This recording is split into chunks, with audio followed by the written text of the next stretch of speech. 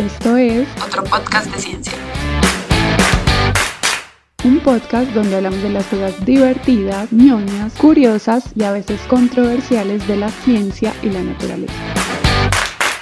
Esto es otro podcast de ciencia. Hola, bienvenidos a otro podcast de ciencia. Yo soy Elisa y hoy estoy con David y Elizabeth. Hola, ¿qué más? ¿Cómo están? Hola, muy bien, ¿y ustedes? Bien, bien. Hola a todos, yo muy bien también. Hoy vamos a hablar de un tema que es bastante controversial y debatible alrededor del mundo y del cual hay muchísima información. Incluso es bastante abrumador la cantidad de información que hay. Vamos a hablar del glifosato. Nosotros sabemos que este es un tema que se puede abordar desde distintas aristas, pero decidimos hablar de este tema principalmente por lo que está pasando actualmente en el país. Y es que después de que hace un par de años se prohibieron las aspersiones aéreas con glifosato para la fumigación de cultivos ilícitos, este año estamos cada vez más cerca de que el gobierno actual del presidente Iván Duque apruebe de nuevo las aspersiones con glifosato. Mucha atención que vuelven las fumigaciones con glifosato de los cultivos ilícitos en Colombia. El Ministerio de Defensa y la Policía Antinarcóticos tienen lista la hora cero de las fumigaciones con glifosato de cultivos ilícitos. El gobierno de Iván Duque promueve retomar una medida que es criticada profundamente por los expertos de la Organización de Naciones Unidas. Es importante aclarar que este es un tema que no solamente se discute desde la ciencia, sino que hay otras áreas igualmente importantes que son importantes tener en cuenta a la hora de discutir sobre las aspersiones con glifosato, como por ejemplo el tema social, que es uno también de los más importantes y que no debemos olvidar. Pero pues como nuestro podcast es de ciencia, nosotros vamos a abordar la discusión desde ese punto de vista. Antes de empezar, quiero recordarles que pueden seguirnos en las redes sociales. Estamos como @otro podcast de ciencia en Instagram, Facebook y TikTok, y como @podcast_ciencia en Twitter. Pueden escuchar este podcast en distintas plataformas como Spotify, Google Podcast, Apple Podcast, y también tenemos el canal de YouTube. Como siempre, nos gusta empezar con las definiciones, porque pues es importante tener un contexto de lo que vamos a hablar, y aunque muchos de ustedes, y si son de Colombia, seguramente ya saben lo que es el glifosato, pues vamos a dar también una definición un poco más técnica de lo que es. Entonces empecemos por ahí. ¿Qué es el glifosato? Voy a decir primero como que es un herbicida y luego pasar al glifosato como tal, que como sabemos es un herbicida. Sí, súper. Sí. Listo, entonces un herbicida es un químico que causa una disrupción en la fisiología o en el metabolismo de una planta por un tiempo suficientemente largo como para matarla o reducir su crecimiento. Entonces, los herbicidas incluyen un ingrediente activo y otros materiales inertes, como por ejemplo solventes, diluyentes y adyuvantes, o sea, otras sustancias que contribuyen a la acción de ese ingrediente activo. Es importante mencionar que estos herbicidas... Ese gallo es lo máximo. Ya tenemos efectos de fondo. Sí, yo eso iba a decir, como que dejar el ruido ambiental de la naturaleza de fondo. Sí. Es importante mencionar que estos herbicidas muchas veces lo que hacen es interrumpir alguna parte del proceso metabólico de la planta. Y esto lo hace utilizando ciertas proteínas o ciertas moléculas que lo que hacen es irrumpir, como había dicho Elizabeth, en esas cadenas metabólicas. Entonces eso afecta muchas veces la toma de los nutrientes, afecta el crecimiento, o también produce ciertas enfermedades en alguna de las partes importantes de la planta, como lo son las hojas o los tallos. Listo, entonces el glifosato es un herbicida, ¿cierto? Es el ingrediente activo de diferentes herbicidas. Y es de acción sistémica, que eso quiere decir que prácticamente todo lo que toque lo mata. O sea, no es selectivo, por así decirlo, sino que afecta a todas las plantas con las que entra en contacto.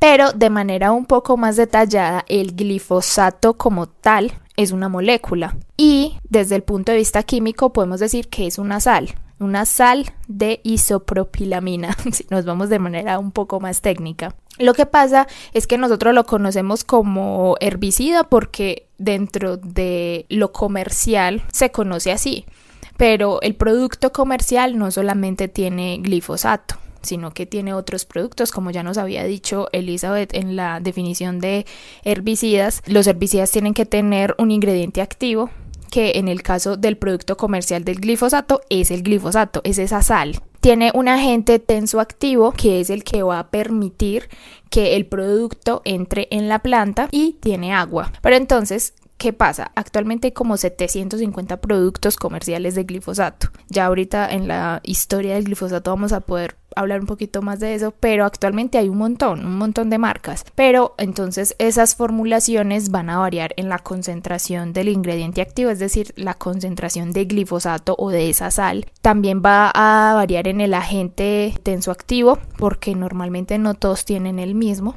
Entonces eso es como principalmente lo que variaría en el producto comercial que nosotros conocemos como herbicida, que la palabra glifosato se asocia como herbicida porque claramente ese agente activo es el que va a hacer la acción, pero en el producto comercial hay otros ingredientes.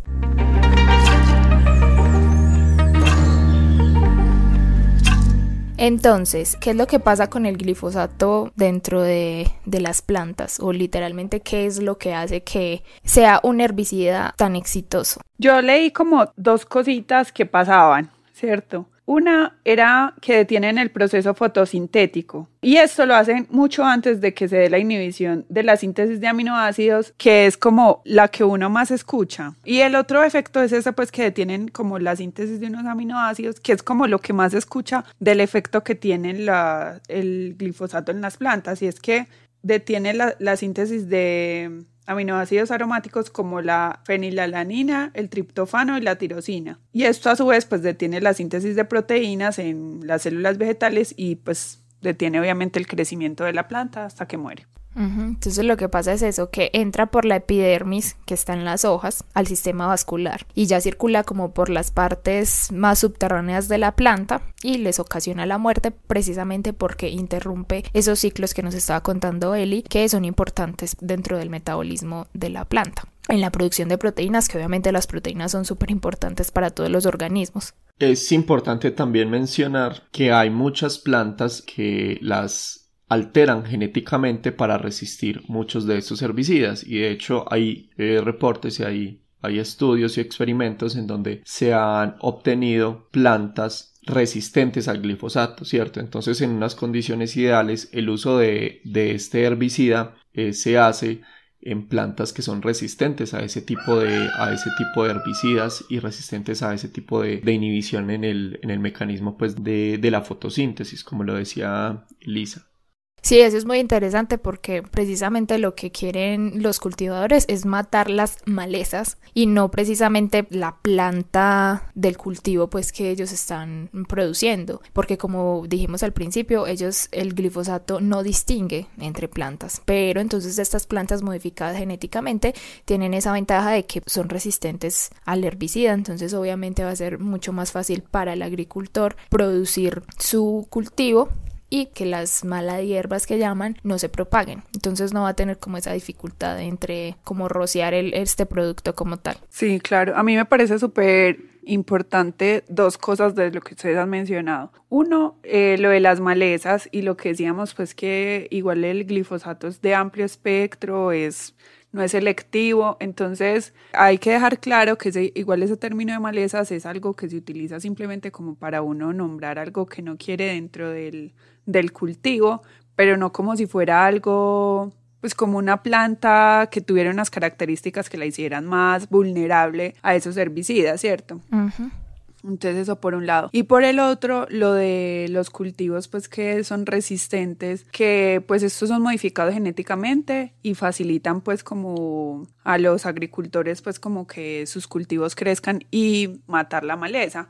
Pero es importante mencionar que eso podría pasar con las malezas, incluso podría pasar con los cultivos de coca, y es que se vuelvan resistentes a esos herbicidas. Sí, súper importante. También mencionar, tengo comentarios sobre las dos cosas que dice Eli. Una, claro, es súper interesante lo que mencionas porque incluso muchas veces algunos agricultores alternativos tratan de evitar llamar a las malezas precisamente porque también hacen parte del ecosistema como tal, ¿cierto? Entonces utilizan más bien el término de arbences. Y es importante tenerlo en cuenta porque estas plantas lo que están haciendo es afectando la producción del cultivo, pero también tienen su papel en el ecosistema y también pues prestan muchos servicios ambientales en ese sentido. Y con respecto a lo que dice sobre que estos cultivos pueden ser resistentes, por supuesto, de hecho las plantas a través de las generaciones y a través pues a medida que las poblaciones van cambiando y van evolucionando,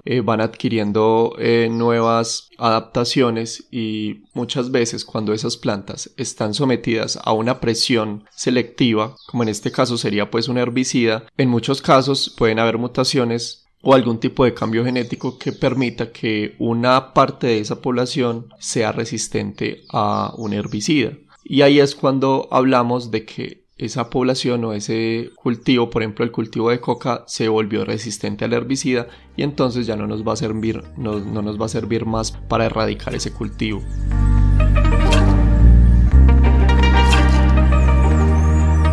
Otra cosa importante mencionar sobre el modo de acción del glifosato es que actúa sobre las hojas, pero no tiene efectos negativos sobre las semillas o sobre la raíz. Entonces, cuando este herbicida está en el suelo, pues no afectaría a las semillas como tal. Y eso es interesante porque entonces precisamente para los cultivadores va a ser una ventaja porque pues ellos ponen sus semillas y van rociando y pues van a matar esas plantas que no son de su interés y pues la planta que ellos quieren que crezca va a prosperar. Entonces, esas son como una de esas ventajas que tiene el glifosato y por las cuales también ha sido tan exitoso, pero pues ya vimos también, como lo que nos comentaba David y Eli, que pueden llegar a ser muchas de esas plantas resistentes. Entonces quizás el reino del glifosato ahorita esté un poco ahí como tambaleando, pero bueno, ya hablaremos un poco más de eso.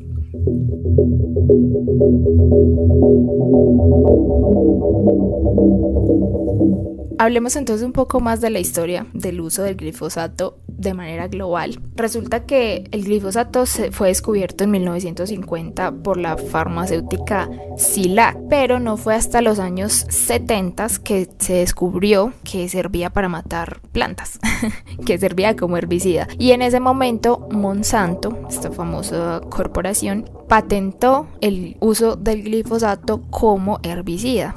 Lo compró y empezó a comercializarlo bajo el nombre de Roundup, pero en el año 2000 la patente caducó y ya hay otras compañías que producen ese tipo de herbicidas. Por eso es como les decía ahorita, hay un montón de productos bajo el nombre de glifosato. Y en el 2018 fue comprado por Bayer. Entonces actualmente este nombre que se conoce como Roundup, que es como el más común y el más comercial, fue comprado por Bayer y lo distribuyen ellos. Y hay como diferentes Roundup, o sea, hay como un original y hay otras versiones en las que cambian esas formulaciones de los demás ingredientes. Obviamente las otras marcas que se venden pasa lo mismo, también cambian las formulaciones, pero pues como para decir que también es esa misma marca de Bayer tiene otras formulaciones, otras variaciones de ese Roundup. Y eso ha variado a lo largo de los años, principalmente porque, bueno, ya lo hablaremos también más ahorita, porque ese tensoactivo muchas veces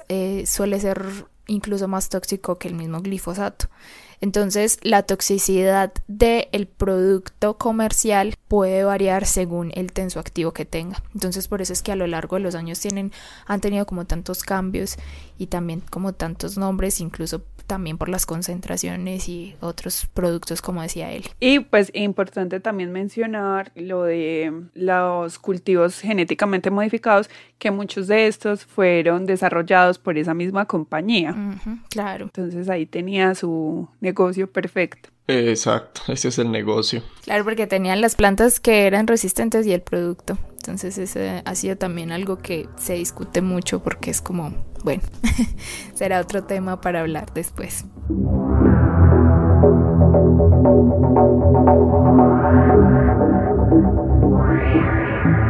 Resulta que en Colombia se ha usado el glifosato como herbicida desde los años 70. Normalmente pues para lo que tiene como su función, que es atacar malezas en cultivos o para atacar arbences en cultivos agrícolas. Y hasta los inicios de los años 80 se propuso para ser utilizado en las aspersiones desde aviones para eliminar cultivos de marihuana.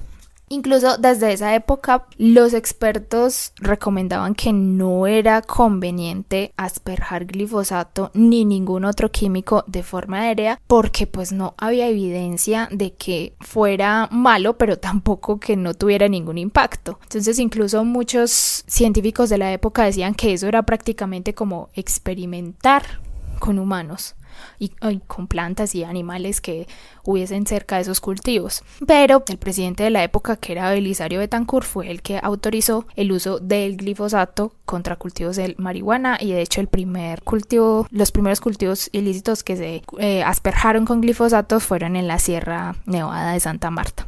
Es muy teso eso porque también uno como científico cuando sabe que o cuando sospecha que algún químico puede tener algún efecto en la salud humana o en el estado del medio ambiente, pues uno lo que hace es utilizar el principio de precaución, ¿no? O sea, como evitar el uso y hacer los estudios pertinentes para saber si tiene algún efecto real negativo sobre los humanos o sobre el medio ambiente. Claro, y es que podríamos decir que todos los agroquímicos, unos en mayor medida y otros en menos, pues tienen grados de toxicidad. Y por eso es que normalmente se piden estudios sobre toxicidad en diferentes organismos. Pero pues lo que nunca se hace es hacer estudios sobre cuál sería el impacto de aspersiones aéreas, porque uno diría, es un producto, es un agroquímico, de por sí va a tener un impacto porque cuando normalmente estos productos se usan en la agricultura, se usan con unos protocolos. Obviamente el campesino o la persona que va a hacer las aspersiones con algún agroquímico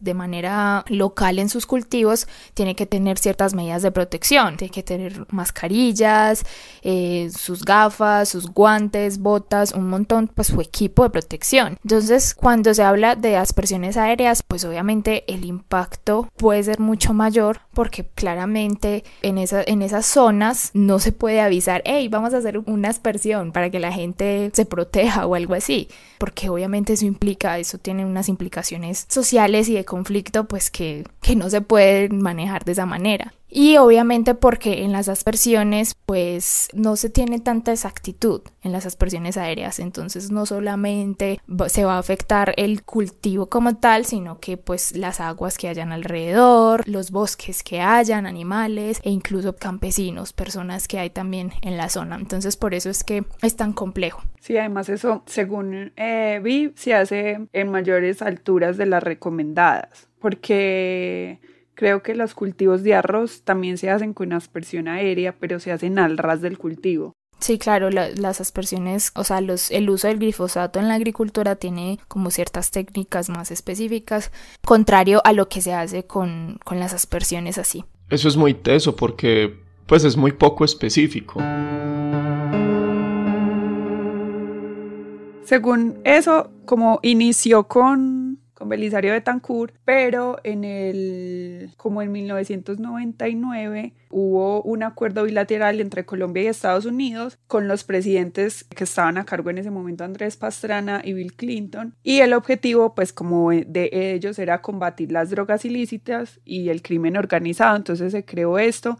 Y la idea era que en Colombia se iba a hacer las erradicaciones con glifosato y en Estados Unidos se combatía pues como la venta ya pues en el país. Estados Unidos dio mucha plata para eso, para las aspersiones. Pero pues obviamente es una lucha muy diferente, pues porque allá simplemente se controla como la oferta de las drogas, pues de la venta de drogas en las calles, mientras que acá se van a afectar los cultivos y por ende los ecosistemas y las personas que habitan alrededor de estos cultivos. Totalmente. Y bueno, eso ya es otra discusión, pero incluso Estados Unidos se dio cuenta que no era tan eficiente, o sea, que estaban prácticamente perdiendo plata porque pues la demanda no disminuyó con las aspersiones aéreas. Pero bueno, Ese es otro tema que no discutiremos hoy, pero es bueno tenerlo en cuenta. Y yo quería mencionar que pues yo leí como unos resultados de estas aspersiones entre el año 2000 y 2005, o sea, como unos resultados que presentaba el gobierno como mostrando, bueno, habían tantas hectáreas de cultivos y ya hay tales y bueno, o sea, sí muestran una disminución en realidad, pero a mí me parecía muy particular esto, pues como analizándolo, obviamente el gobierno va a presentar esos resultados así muy bonitos y hay otras cosas que no se tienen en cuenta, pero como decíamos, por ejemplo, estos cultivos no afectan la semilla como tal o el suelo, entonces digamos que si matamos el cultivo, la gente se mueve, quienes tienen estos cultivos, pero es posible que regresen. Entonces, cuando se hace un estudio ahí como, bueno, erradicamos esta hectárea, pero no sabemos en 2 años si volvieron a tomar ese mismo terreno para volver a sembrar, ¿cierto? Uh-huh. Y además ellos tienen como otras alternativas para que las familias que están sembrando coca pues como que reemplacen o les dan pues como otras opciones y becas y cosas, pero por ejemplo eso no era una respuesta que mostraran como un resultado que mostraran tanto. Además de que también entonces eso tiene un impacto quizás más indirecto, ¿no? Pero también tiene un impacto en el medio ambiente y es que cuando los cultivadores de estos cultivos ilícitos aprendieron a moverse, entonces de algún modo tienen que buscar otro lugar nuevo y eso tiene pues como un impacto también en ciertos bosques, porque pues van a deforestar esos nuevos bosques para ellos cultivar y luego quizás unos años después vuelvan a esos que se asperjaron antes, pero entonces también es otro tipo de impacto ambiental. Sí, y eso porque como les decía, dentro de esos resultados que yo revisé de esos años, no había como un seguimiento a esos terrenos como tal. Y eso que menciona sobre el monitoreo de esos cultivos, pues es muy grave, porque por ejemplo, a raíz de que la Organización Mundial de la Salud clasifica en el 2015 al glifosato como probablemente cancerígeno, en Colombia pues se prohíbe su uso en la erradicación de cultivos ilícitos, ¿cierto? En el 2015. Pero después, este año, como ya saben y es algo que causó mucho revuelo últimamente, y es que el gobierno este año presentó un decreto para reactivar las aspersiones con glifosato. Con ese decreto, la Autoridad de Licencias Ambientales, la ANLA, modifica el plan de manejo para la aspersión de cultivos ilícitos con glifosato y pues esa modificación de ese plan de manejo y ese decreto que había presentado el gobierno le da vía libre al gobierno para utilizar pues el glifosato indiscriminadamente, ¿cierto? Y lo que sucede con esa modificación de ese plan de manejo ambiental es que el gobierno debe cumplir con unos requisitos para esas aspersiones con glifosato. Y es 1, la consulta previa a las comunidades étnicas, que es una figura que se ha utilizado muchas veces en los estudios de impacto ambiental y que en términos sencillos es ir a la comunidad y preguntar si uno puede, en este caso, hacer aspersiones con glifosato, ¿cierto? Si la comunidad dice que no, entonces básicamente no se hace. Y eso pues tiene pues una serie pues de pasos a seguir y que es un poco más complejo, pero básicamente consiste en eso. Y 2, debe hacer una evaluación del panorama de riesgo que implica pues la aspersión por glifosato y esto pues de eso se encarga el Instituto Nacional de Salud. En ese sentido, ese monitoreo debe ser constante y deben haber ciertos permisos que se deben lograr para poder llegar a hacer una aspersión con glifosato. Entonces muy, muy grave esto que se menciona y que muchas veces no se hace ese monitoreo y no se hace ese seguimiento en ese tipo de procesos de aspersión. Y yo leí por ahí que uno de los puntos del decreto era que se prohibía la aspersión en los parques naturales, en páramos, en humedales, bueno. Y esto también podría ser muy preocupante pues porque muchos de estos cultivadores se pueden mover a esos sitios justamente porque no van a ser asperjados. Claro, y eso tiene otro efecto en cadena y es que entonces ya la deforestación se va a concentrar en las áreas protegidas, van a haber problemas de desplazamiento, etcétera, etcétera. Pero el caso es que a pesar de que está ese decreto para regular la aspersión de glifosato, esto todavía no está activo porque se está esperando como que se evalúe el cumplimiento de los requisitos que son exigidos por la Corte. Por la Corte Constitucional. para que ya se haga pues como efectiva la aspersión. En todo caso, tenemos que estar muy pendientes de lo que diga el Consejo Nacional de Estupefacientes, que es la entidad que se va a encargar de decidir si se reanuda o no las aspersiones con glifosato.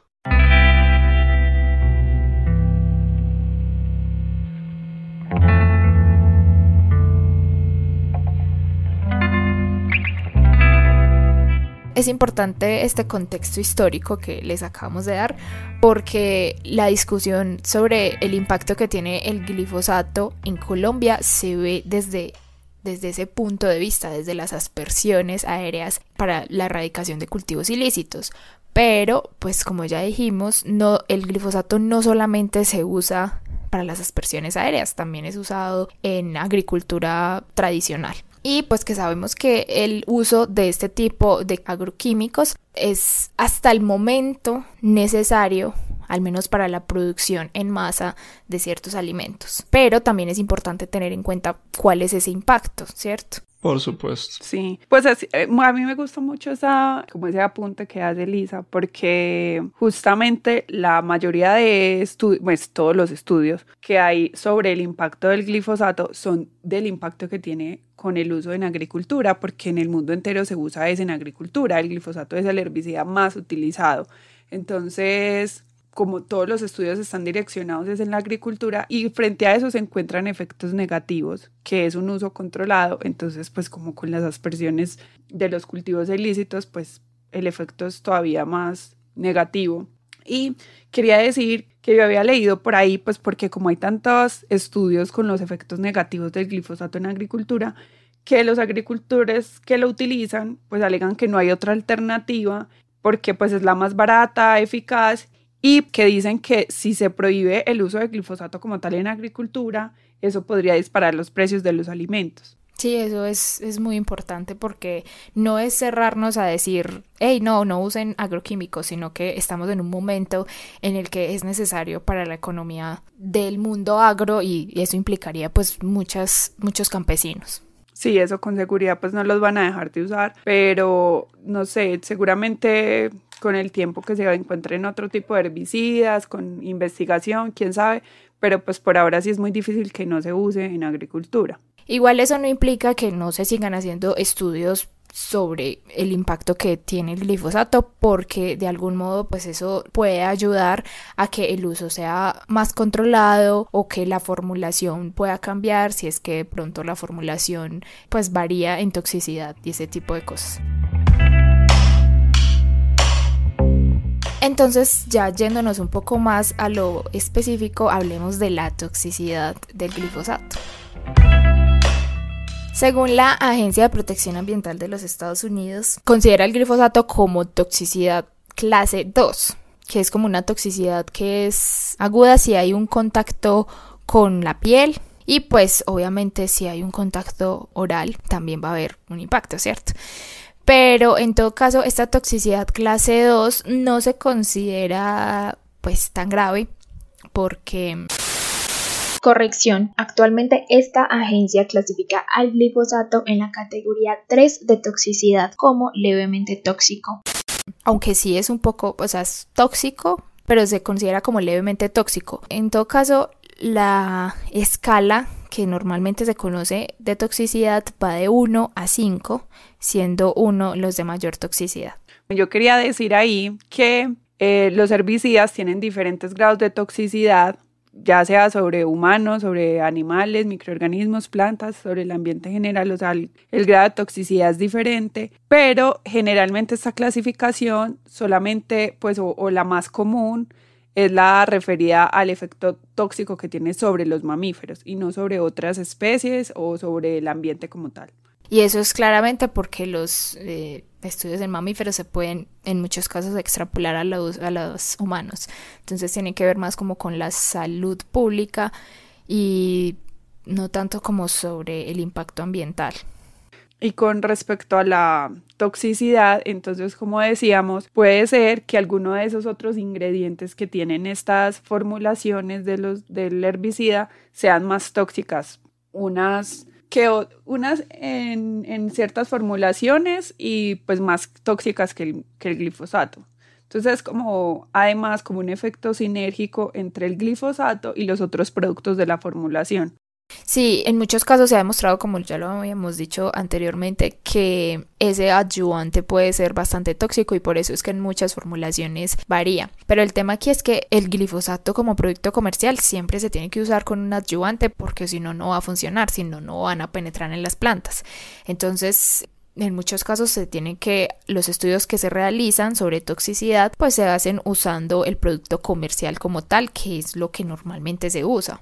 Porque claramente si usáramos solamente el glifosato como sal, el impacto sería diferente, ¿cierto? Pero es importante tener en cuenta que siempre se va a usar el producto comercial con la formulación completa. De algún modo eso podría dar una idea de que lo que se tendría que cambiar sería ese adyuvante, pero me imagino que encontrarlo, no somos expertos, pero encontrarlo debe ser complejo.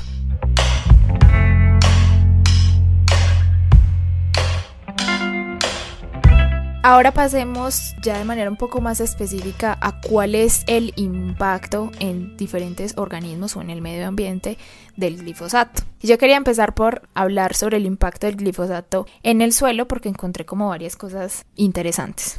Y es que por mucho tiempo el glifosato se ha considerado como un compuesto con un buen perfil toxicológico y otras de las cosas que dicen es que el glifosato tiene una ventaja y es que no es residual en el suelo. Eso quiere decir que no se acumula y además tiene una relativa pronta degradación en el suelo. Eso también varía bastante y ya les voy a explicar un poquito por qué. Pero resulta que el glifosato se degrada por la acción de microorganismos. Los microorganismos pues lo asimilan y lo metabolizan, entonces de algún modo lo separan y en muchos casos puede obtenerse como la glicina, que si muchos de ustedes recuerdan, la glicina es un aminoácido que de hecho es bastante común en los organismos, nosotros producimos glicina, o como otro metabolito que es el ácido aminometilfosfónico. Entonces la degradación de este herbicida depende de los microorganismos del suelo, pero esos microorganismos también van a depender del tipo de suelo que haya. Entonces no en todos los suelos va a tener la misma degradación.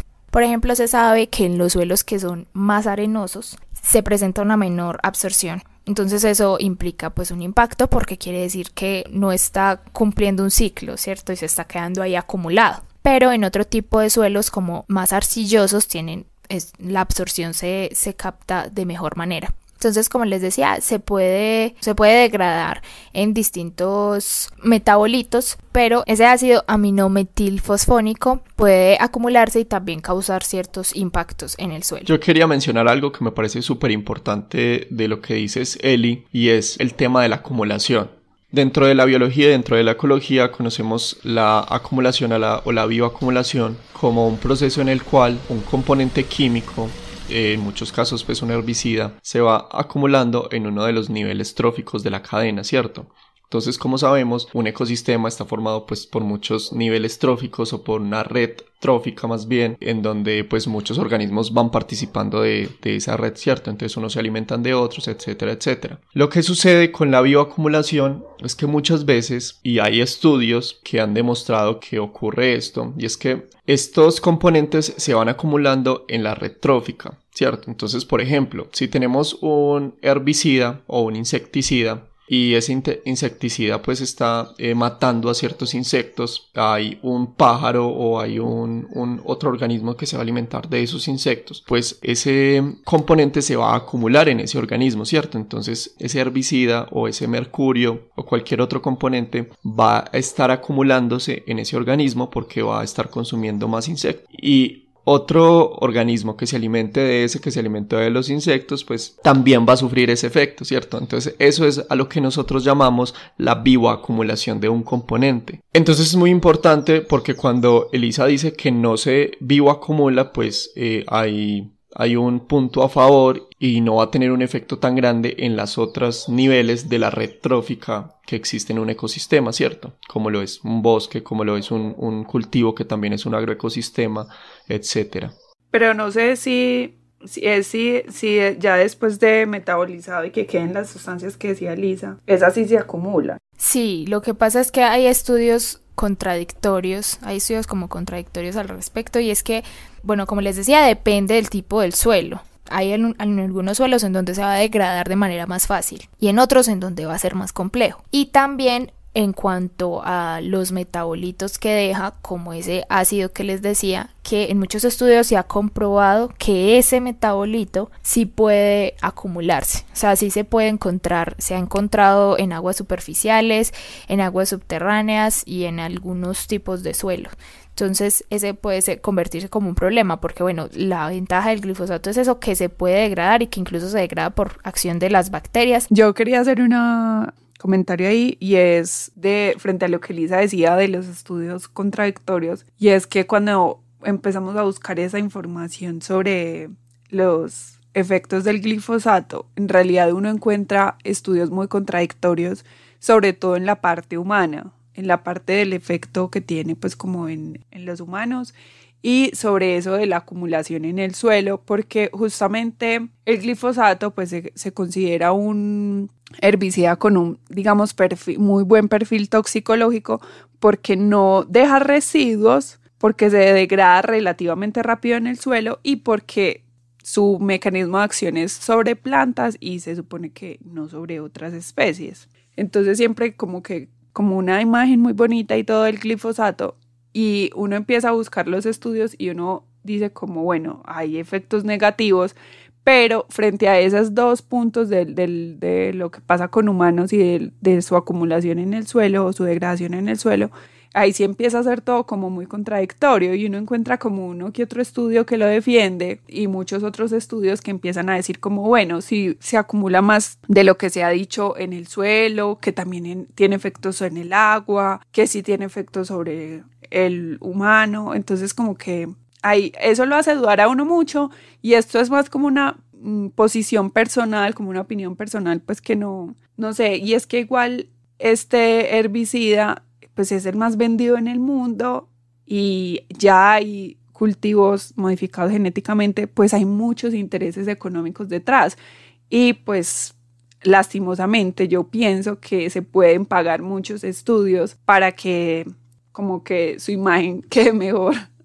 Sí, totalmente. Sí, eso que dices, Eli, es muy importante porque de hecho uno tiene que tener mucho cuidado a la hora de leer un artículo científico sobre el glifosato, y es ver que no hayan intereses de por medio, y eso es complejo. Porque pues en muchos casos obviamente las empresas como Bayer o como antes era Monsanto tenían que también defenderse de algún modo de ciertos artículos, entonces ellos también con su grupo de científicos pues hacían investigaciones al respecto, pero pues dentro de la ética científica eso es muy complejo porque pues ellos tienen unos intereses detrás. Entonces la cosa es que cuando uno vaya a leer un artículo científico tiene que ver que no haya detrás un interés, que sean imparciales, independiente de si el resultado va a ser positivo o negativo, a favor o en contra del glifosato, pues no debería haber ningún interés de por medio para que ese artículo, ese estudio sea más riguroso, o sea, a la opinión de la ciencia sea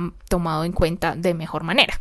No, y es muy teso también porque por el estado en el que está la ciencia en este momento y los institutos científicos y las universidades. Y es que en donde se están concentrando los mayores recursos para la ciencia, pues también en esas organizaciones privadas. Entonces digamos que nosotros podríamos discutir mucho acerca de eso porque es un problema mucho más grave que se viene presentando durante hace mucho tiempo. Pero pues como por resumir, los recursos de esas empresas son mucho mayores para hacer estas investigaciones que los recursos que tiene una universidad o un instituto de investigación científica. Entonces también hay un sesgo en ese sentido.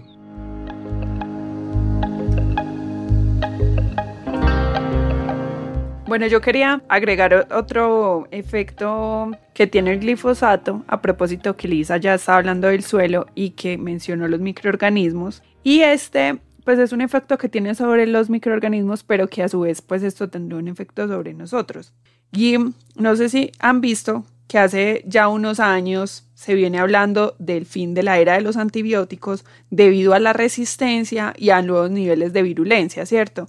Sí, claro. Resulta que en un estudio que leí mencionaban que el glifosato pues que estos herbicidas podían inducir a un fenotipo adaptativo de resistencia a múltiples antibióticos. Entonces, obviamente, si ciertos microorganismos que causan enfermedades en nosotros se vuelven resistentes, van haciendo resistentes a esos antibióticos, pues eso va a tener un efecto negativo sobre nosotros. ¡Wow!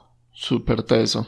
Sí, entonces el estudio que yo leí lo hacían con 2 microorganismos, pues evaluaban 2 microorganismos como tal y evaluaban varios tipos de antibióticos y se evaluaban como 3 formulaciones de glifosato. Entonces los resultados pues eran diferentes según pues cada especie evaluada y la formulación. Entonces en algunos se aumentaba la tolerancia o simplemente no, las especies no tenían ningún efecto, pues no había ningún efecto con los antibióticos, y en otros casos simplemente no pasaba nada, pues no afectaba. Entonces dependía de cuál herbicida estaban utilizando y afectaba diferente a cada antibiótico, a cada tipo de antibiótico. Qué teso. Pues quién iba a imaginar que también iba a tener un impacto en eso, pues en la resistencia a los antibióticos, muy teso.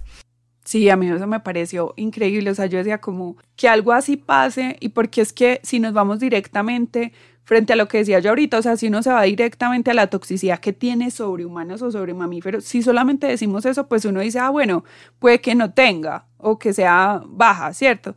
Pero entonces si evaluamos otro tipo de organismos, pues obviamente eso va a tener otro efecto sobre nosotros, pues porque en este caso que es con microorganismos, si son tolerantes o si son resistentes a los antibióticos que tomamos cuando somos atacados por uno de estos microorganismos, pues entonces claro, eso va a tener un efecto negativo en nosotros. Pero si tiene un efecto sobre peces o sobre ganado, sobre especies de las que nos alimentamos, también va a tener un efecto sobre nosotros.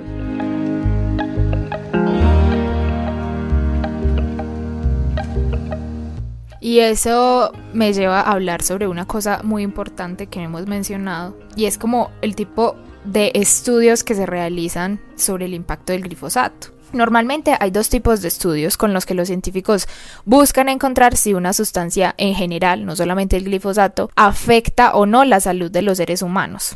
Entonces el primero son los ensayos que se hacen en células o animales en laboratorio, con variables que son sumamente controladas, con todo un ambiente pues súper controlado. Y ahí pues se analizan los tipos de problemas que desarrollan esos cultivos celulares o esos animales de laboratorio.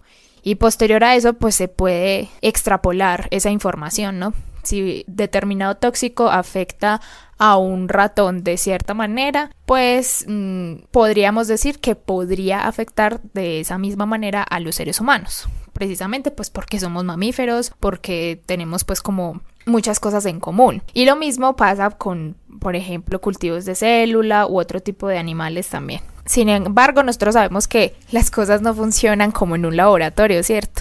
Eso en campo, pues hay muchísimas otras variables, hay muchísimos otros factores y las cosas pueden cambiar de maneras muy drásticas. Entonces, una conclusión que se saque de un laboratorio tiene cierto sesgo, ¿cierto? Y el otro tipo de estudios son los estudios retrospectivos, que en este caso se analizan, por ejemplo, 2 grupos de personas, los que han estado expuestos de manera histórica y los que no. Y se relacionan algunas cosas anormales que se presenten, por ejemplo, en el grupo de los expuestos y de los que no, y eso se extrapolaría a que tiene un efecto o un impacto por ese tóxico. En este caso sería el glifosato. Como por ejemplo, pues hay un ejemplo, el caso de los abortos espontáneos, que se hizo con un estudio de este tipo, en el que se tenía una población que había estado expuesta y otra que no. Y resulta que en el que estaba expuesta, pues había un porcentaje mayor de abortos espontáneos. Y pues eso se asoció a que como habían estado expuestos a ese tóxico, podría ser esa causa. La cosa es que claramente esos estudios retrospectivos no son demasiado específicos, o sea, no se puede saber completamente con certeza que fue causado por ese tóxico como tal. Bueno, yo también encontré un estudio muy interesante que se realizó en el departamento del Cesar, y este estudio es específicamente sobre el efecto del glifosato sobre la microbiota, la calidad del suelo y también sobre el rendimiento de cultivos de frijol. Entonces, básicamente lo que hicieron en este estudio fue realizar un análisis correlacional de indicadores de la calidad del suelo, también, como les decía, el rendimiento de los cultivos de frijol y también cuál era la residualidad del glifosato en algunas partes de la planta, sobre todo en los granos. Y estos resultados son muy interesantes por lo siguiente. Resulta que en estos estudios correlacionales, donde se comparaban estos diferentes tipos de tratamiento con y sin glifosato, con suelo natural y con suelo artificial o sintético, y también el control de malezas manual o el control de arbences de forma manual o con glifosato, se encontraron ciertas diferencias en el rendimiento y en la respuesta de los indicadores químicos y los indicadores también microbiológicos que hablan pues de la calidad del suelo en función de los diferentes tratamientos y de las condiciones que tenía la rizósfera del frijol, que es ese microambiente que hay en las raíces de la planta, ¿cierto? Resulta que lo que encontró este estudio es que la aplicación del glifosato en el suelo generó una disminución del 29% en el rendimiento del cultivo, es decir, en la producción de granos de frijol, y también asociada a una mayor prevalencia de plagas y de enfermedades fúngicas, es decir, de enfermedades por hongos. Sin embargo, también se encontró que no había una residualidad como tal del glifosato, del componente activo, en esas semillas que nosotros consumimos, pero sí había una residualidad de otras moléculas derivadas de insecticidas usados en ese sistema de producción, ¿cierto? Entonces eso es muy importante también mencionarlo por lo que decía Elisa, y es porque muchas veces el componente activo no se bioacumula de alguna manera o no se acumula en algunas partes de la planta, pero sí se acumulan otros componentes activos. O también, pues en este caso se están acumulando sustancias de otros insecticidas que se utilizan de forma paralela al glifosato. Entonces también puede haber un efecto sinérgico del uso de varios herbicidas e insecticidas en ese cultivo de frijol. Yo quería decir dos cositas antes de continuar con lo que vamos, y es que los impactos en la salud y en el ambiente pueden ser causados durante la fabricación, el transporte o la aplicación de estos herbicidas. Entonces, por ahí vi que incluso la fabricación también generaba muchos residuos que podían tener un efecto negativo, ¿cierto? Y otra cosa es que la toxicidad puede variar con la temperatura, el pH, la especie y el estadio de cada animal, o sea que tiene un efecto diferente en juveniles que en adultos o en una etapa larval, por ejemplo. Entonces, claro, los efectos que tenga el glifosato pueden variar dependiendo de los organismos, del estadio, como decía Eli, y eso me lleva a hablar un poco sobre los estudios que se han hecho del glifosato en células como tal, que como ya dijimos ahorita, esas conclusiones pueden ser un poco ambiguas, pero pues también es importante hacerlas para ver cómo se comportan las células ante el glifosato como tal. Entonces, los estudios, estos en células han sido muchísimos. Pero muchos de esos han demostrado que el glifosato puede acelerar la muerte celular, que en muchos casos disminuye el ciclo celular como tal y que también puede tener daños en el ADN.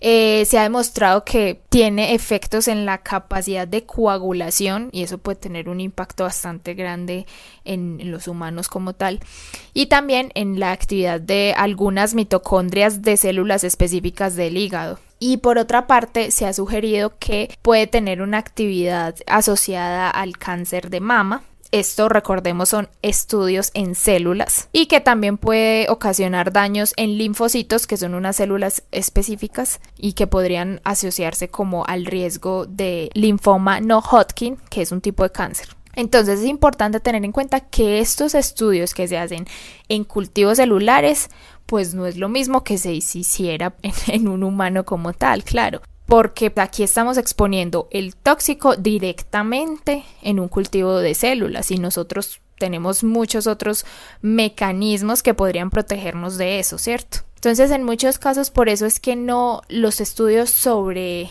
si el glifosato es o no cancerígeno pueden ser contradictorios, porque se ha declarado que el glifosato es posiblemente cancerígeno. O sea, no se ha demostrado como tal que lo es, pero se ha demostrado en células e incluso en otros animales de que sí lo es. Entonces esto es como lo complejo de este tipo de estudios, pero que igual son necesarios para tener una visión de cuál podría ser ese impacto.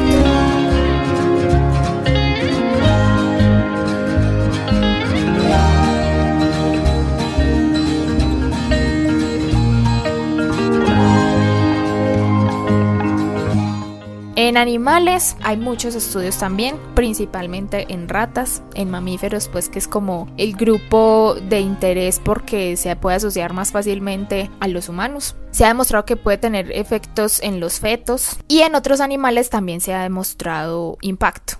La cosa es que a mí me pareció muy interesante encontrar esta información y es que normalmente los estudios de cuando un producto es tóxico, como de toxicología, pues se realizan en mamíferos, obviamente, por lo que ya hemos dicho, la asociación con los humanos, en peces, porque están directamente relacionados con nuestra cadena trófica, y también como con algunos crustáceos. Esos son como los 3 tipos de animales organismos en los que se hacen estudios de toxicología. Pero normalmente no se tienen en cuenta otros estudios de otros animales. Pero nosotros aquí sí vamos a tratar de ahondar un poquito más en otros organismos. Pero empecemos por los peces, que son animales que están relacionados pues con el agua, que eso también es muy importante para nosotros, y con nuestra cadena trófica, como habíamos dicho. Entonces, ¿cuál es el impacto del glifosato en los peces? Al menos de manera muy general, lo que se conoce hasta ahora. Yo leí varios artículos que hablan sobre el efecto general del glifosato en especies como peces, ratones y cocodrilos y anfibios, ¿cierto? Y estos estudios lo que sugieren es que son potencialmente mutagénicos. Hay uno en particular que me gustó mucho, que es una revisión de diferente literatura y en el que hacen metaanálisis de los datos de esta literatura, y ellos encontraron pues justamente que eran mutagénicos en ese tipo de organismos que mencioné. Otro estudio que es muy interesante, ese es el que me parece más apropiado porque es un estudio hecho en Colombia, y pues como el fruto de este estudio es un libro que se llama Contaminación de las aguas con glifosato y sus efectos en ictiofauna nativa de Colombia.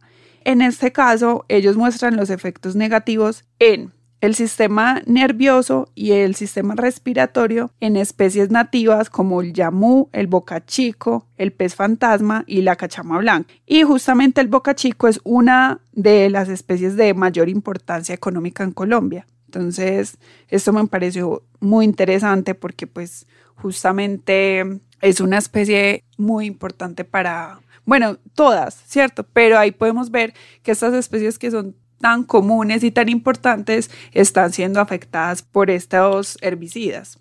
Como lo que me parecía más interesante era pues como que se había encontrado que era mutagénico, ¿cierto? Pero también encontré otras cosas que afectaban las branquias, por ejemplo, que ocasionaba daño ocular. O sea, en los peces se ha encontrado más cosas.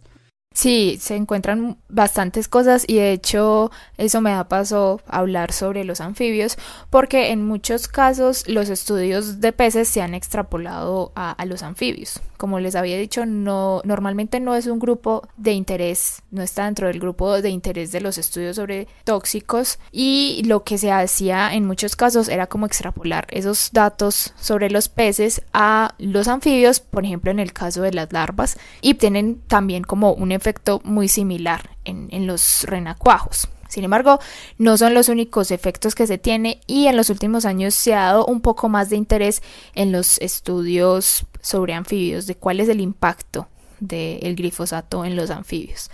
Quiero empezar por decir que los anfibios son organismos que son sumamente sensibles, básicamente porque ellos, casi que cualquier agente externo que llegue a ellos puede tener un impacto negativo. De hecho, actualmente los anfibios están viviendo una crisis terrible y es que se consideran como los vertebrados con las tasas de extinción más altas. Ellos están viviendo una pandemia, de hecho, desde hace bastante tiempo que ha acabado con poblaciones grandísimas de anfibios.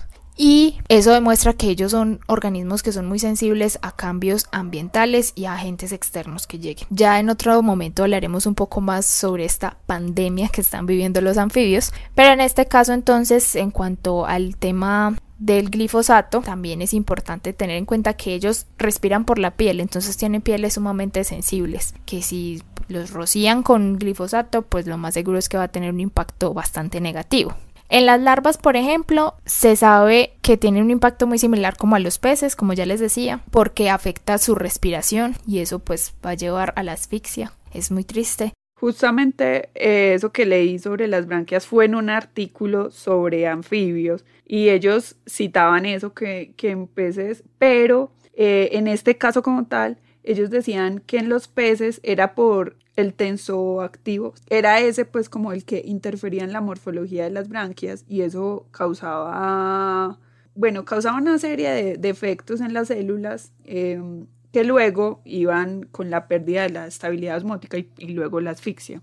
Sí, y de hecho las larvas de los anfibios son súper sensibles. Las tasas de mortalidad de los anfibios son mucho mayores en larvas porque, obviamente están más expuestos, son más sensibles a los depredadores, a factores de competencia, a estrés. Las larvas suelen ser muy sensibles al estrés, a casi cualquier cambio ambiental. Por ejemplo, el hecho de que el agua de un estanque cambie, eso tiene un impacto en las larvas y que en muchos casos también puede ser mortal. En ese estudio se encontraron los efectos tóxicos para las etapas de renacuajo como las más fuertes, pues los efectos tóxicos más fuertes en esas etapas.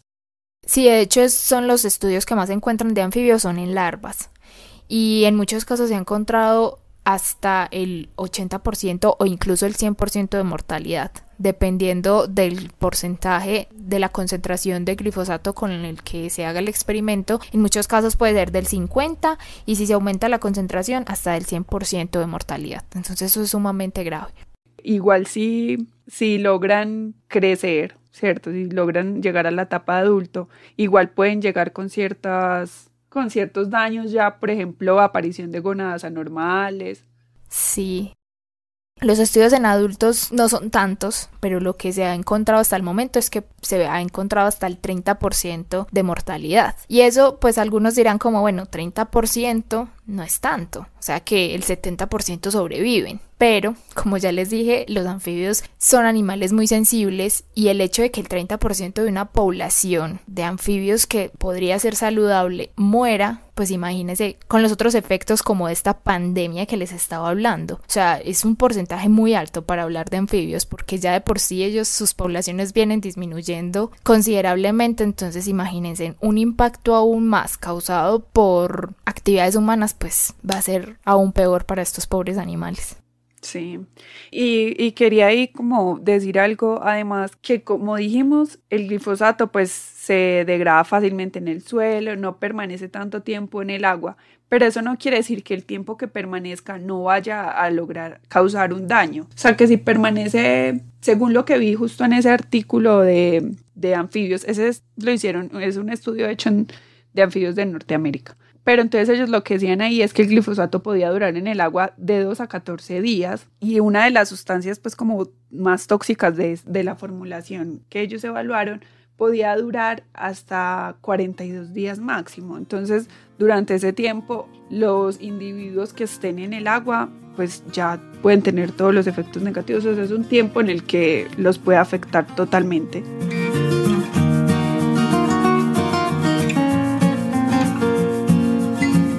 Quería decir rápidamente pues algunos efectos que se han encontrado en glifosato sin entrar pues como muy en detalle de todos los artículos, ¿cierto?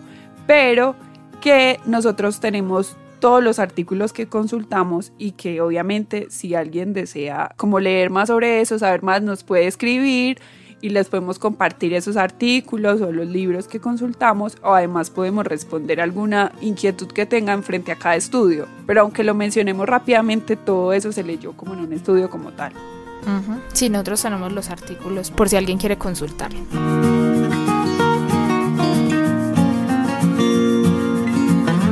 Otro impacto importante que tiene el glifosato es en uno de los insectos, podría decir yo, más carismáticos y más queridos por los humanos, que son las abejas. Son algo así como la bandera de los insectos porque son bastante queridos.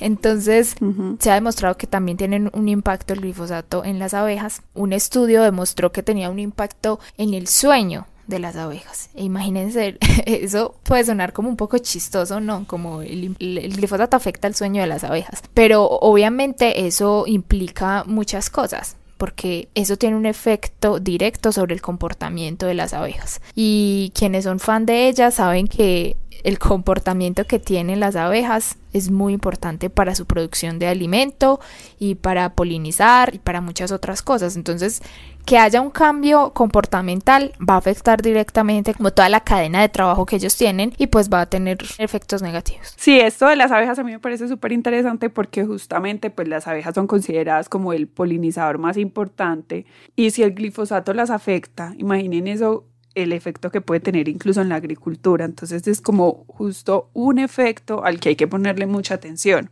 Y como decía Lisa, se ha encontrado que afecta el sueño de las abejas y como ella está diciendo, esto perjudica el aprendizaje, la capacidad de respuesta gustativa y la navegación de estas especies. O sea, afecta 3 factores importantísimos en la polinización como tal. Pero también afecta la microbiota intestinal, lo cual las hace más susceptibles a la invasión de patógenos.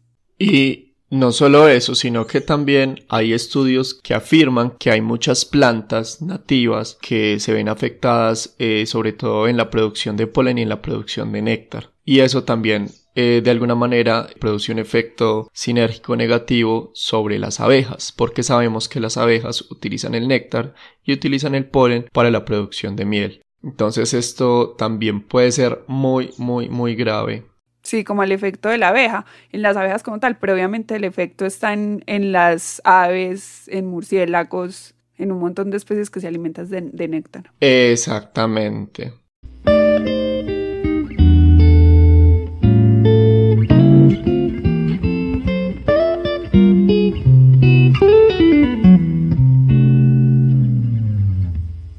Como habíamos dicho desde el principio, el glifosato es un herbicida no selectivo, es decir, que ellos no diferencian de plantas, eso ya lo habíamos dicho. Entonces eso puede tener un efecto, si no se tiene un control en las aspersiones, puede tener un efecto negativo en otras plantas que hayan alrededor. Y ese es el caso de las orquídeas, que son plantas que son sumamente importantes incluso para nosotros como colombianos, porque las orquídeas, somos el país número 1 en orquídeas, si no estoy mal, ¿cierto, David? Sí. Entonces, tener un impacto en este tipo de plantas, pues también va a ser bastante importante. Y no solo por eso, sino también es importante mencionar que las orquídeas, aparte de que somos uno de los países más diversos en orquídeas, pues también mencionar que cumplen un papel fundamental en el ecosistema, ¿cierto? Las orquídeas son epífitas y son una de las, pues representan del mayor porcentaje de biomasa acumulada en el dosel del bosque y además son muy importantes porque muchos insectos las necesitan para sobrevivir, sobre todo muchas abejas y muchos otros insectos que están asociados a estas orquídeas.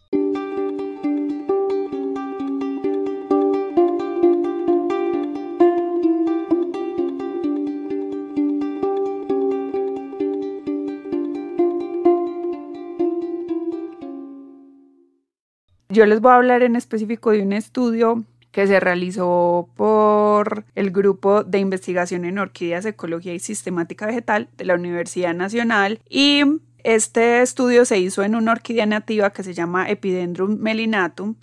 A mí me parece muy interesante porque también es un estudio realizado en agricultura como tal, o sea, en cultivos de caña de azúcar. Entonces, pues que es una fumigación controlada, aún así pues logra afectar este tipo de plantas. Entonces, si logra llegar a otras plantas, pues como decíamos, ¿qué logrará hacer en una aspersión aérea? Entonces, en esta investigación como tal, ellos encontraron efectos negativos sobre esta especie y encontraron caída de hojas, cambios en la coloración, inhibición en el crecimiento y pues obviamente esto lleva a la muerte en su hábitat natural.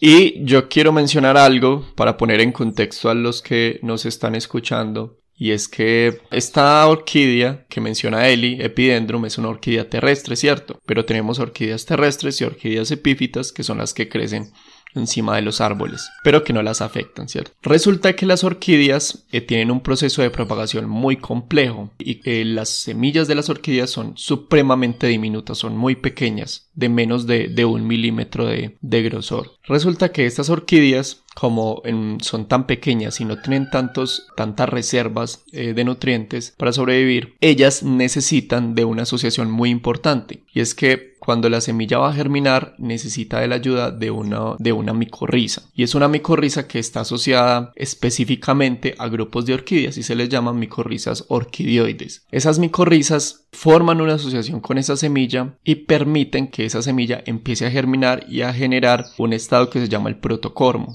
Este protocormo eventualmente va a crecer muy lento, porque el crecimiento de una orquídea es muy muy lento, para después formar un individuo completamente desarrollado. Entonces el hecho de que este herbicida esté afectando esta asociación pues con estos hongos, con estas micorrizas, pues es muy impresionante, o sea, es alarmante, porque entonces eso quiere decir que si nosotros hacemos un estudio y miramos si están afectando orquídeas nativas, pues básicamente nos vamos a quedar sin orquídeas en algún momento.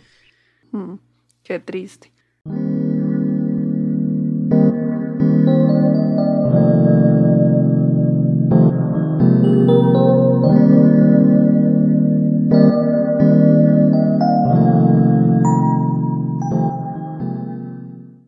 Yo quería mencionar rápidamente una cosa. También se ha encontrado que reduce la reproducción en lombrices de tierra, y las lombrices de tierra también son muy importantes. Entonces, como que incluso si vemos en agricultura, todos los organismos que puede afectar, que son importantes dentro de la agricultura como tal. Claro, las lombrices son fundamentales. Sobre todo porque últimamente las lombrices de tierra, sobre todo una lombriz introducida que es la lombriz californiana, se está utilizando para la producción de biocompost, que es un método alternativo en agricultura que se utiliza en contraposición pues a abonos sintéticos, ¿cierto? Entonces, no, muy teso, pues me quedo impresionado. Sí, seguramente hay muchísimos más estudios que se nos quedan por fuera, porque como les dijimos en un principio, ustedes pueden buscar la palabra glifosato en Google Scholar y les van a aparecer miles y miles y miles de estudios. Entonces, este es un tema que es de los que más se estudian, creería yo, porque tiene muchas aristas, tienen impactos económicos, medioambientales, de salud pública, entonces es algo que se estudia bastante. Seguramente a nosotros se nos quedan muchos por fuera, nosotros hicimos una selección, obviamente no nos leímos todos los que existen, porque pues ahí nos quedaríamos toda la vida, y pues nosotros no somos expertos en el tema tampoco, entonces lo que nosotros hicimos fue como una lectura para traerles a ustedes esta información, que ustedes puedan tenerla un poco más a la mano, que puedan tomar una decisión o al menos tener una opinión más crítica al respecto, que no sea simplemente porque alguien más me lo dijo o porque no sé, está de moda hablar de eso, sino que realmente sea algo crítico. Ustedes tomen criterio al respecto, al menos con esta poca información. Sí, que haya como unas bases para poder hablar de eso. Y como les decía anteriormente, pues aunque nosotros les mencionamos un poco de lo que se ha encontrado y como, bueno, este es el efecto y en este tipo de especies, los estudios completos los tenemos, entonces si quieren saber más de eso, pues nos pueden escribir y preguntar o solicitar algún artículo si les interesa. Yo quería mencionar algo muy, muy importante, y es que a partir de todo esto que estamos hablando hoy, se observa cómo la ciencia pues de alguna manera también es política, ¿cierto? En el sentido en que todos estos estudios y todo el trabajo académico que se ha hecho alrededor del glifosato pues tiene un efecto muy importante en las decisiones que se tomen a nivel político y también pues su efecto a nivel medioambiental, ¿cierto? Entonces es como resaltar esa parte de la ciencia y de cómo despolitizarla o alejarla de todo ese contexto socioambiental pues es un grave error. Muy cierto.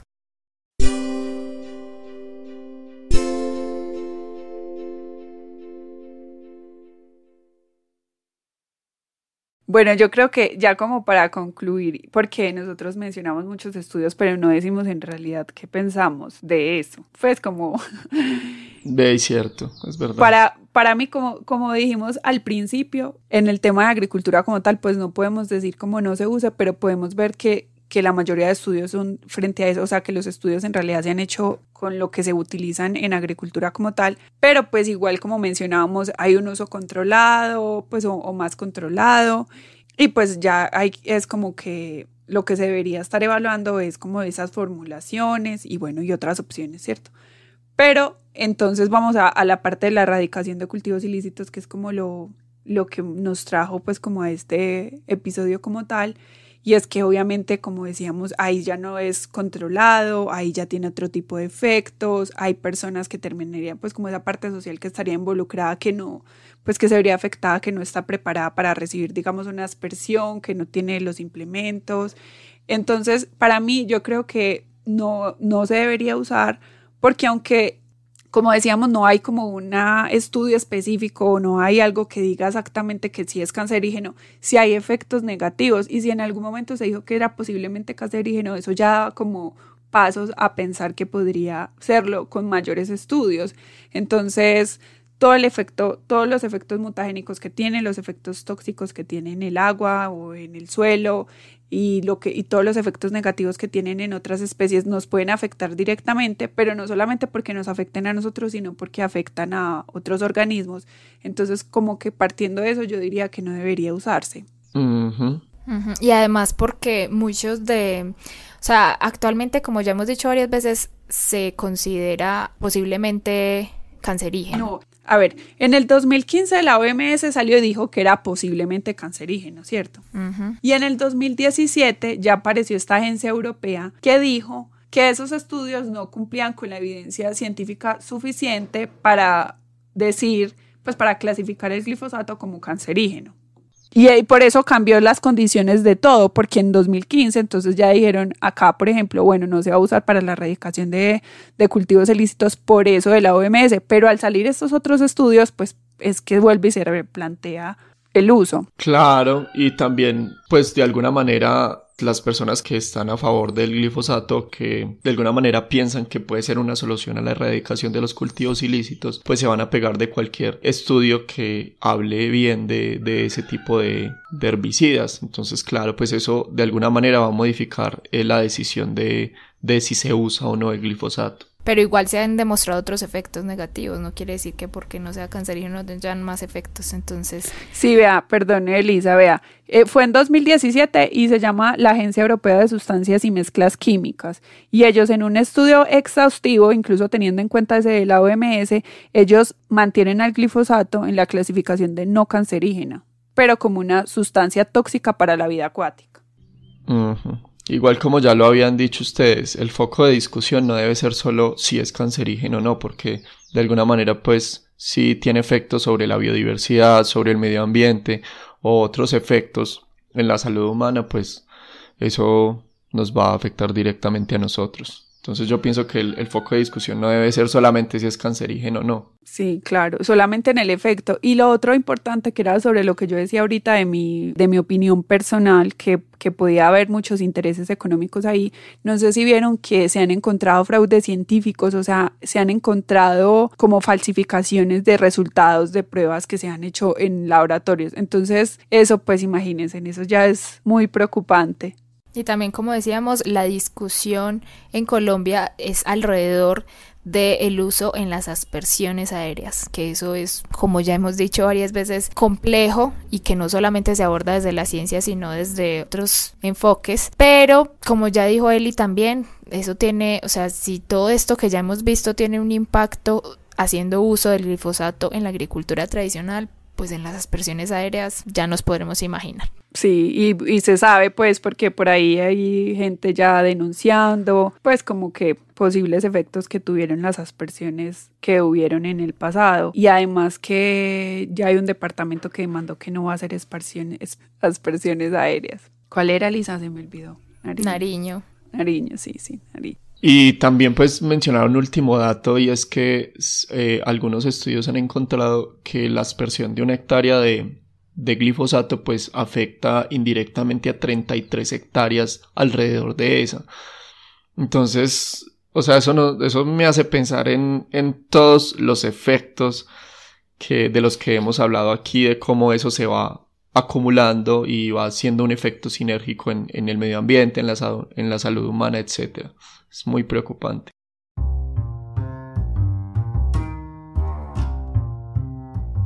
Con esto entonces finalizamos este episodio. Esperamos que les haya gustado. Ya saben que cualquier cosa, cualquier duda nos pueden escribir en las redes sociales, como estamos como @podcast_ciencia en Twitter y como @otro podcast de ciencia en Instagram, Facebook y TikTok. Entonces, bueno, muchas gracias Eli y David por toda la información y nos escuchamos en otra ocasión.